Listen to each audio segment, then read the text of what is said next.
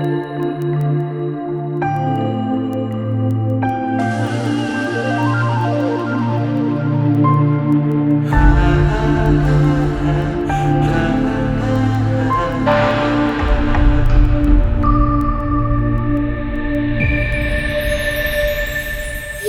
malayım gece,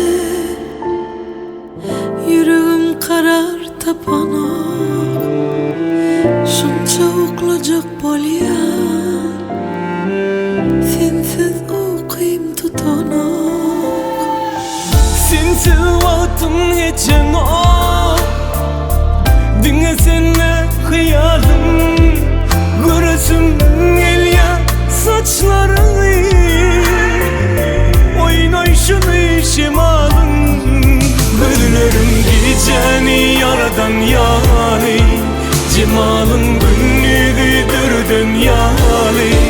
Derman diyer aya sereden yani, odan sen kunçam şolar yani. Olup yanın gün seni vurmaya, yüreğimin kurşunu gel dinlemeye. Yılat mehrin bilen edidin beni, karışyan kalbına sinmeye. Olup yanın seni vurmaya, sen dedi bir yan bu yaktı dünyamı.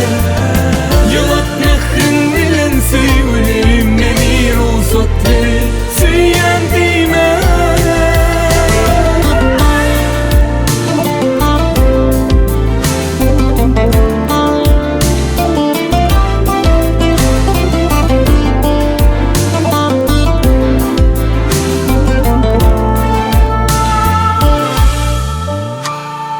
Derman her bir sözlerim,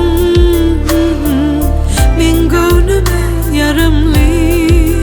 Elmadama isleyen, yanımda sen bolurlu. Güllerim geceni yaradan yani, cemalın günlüdür dünyali.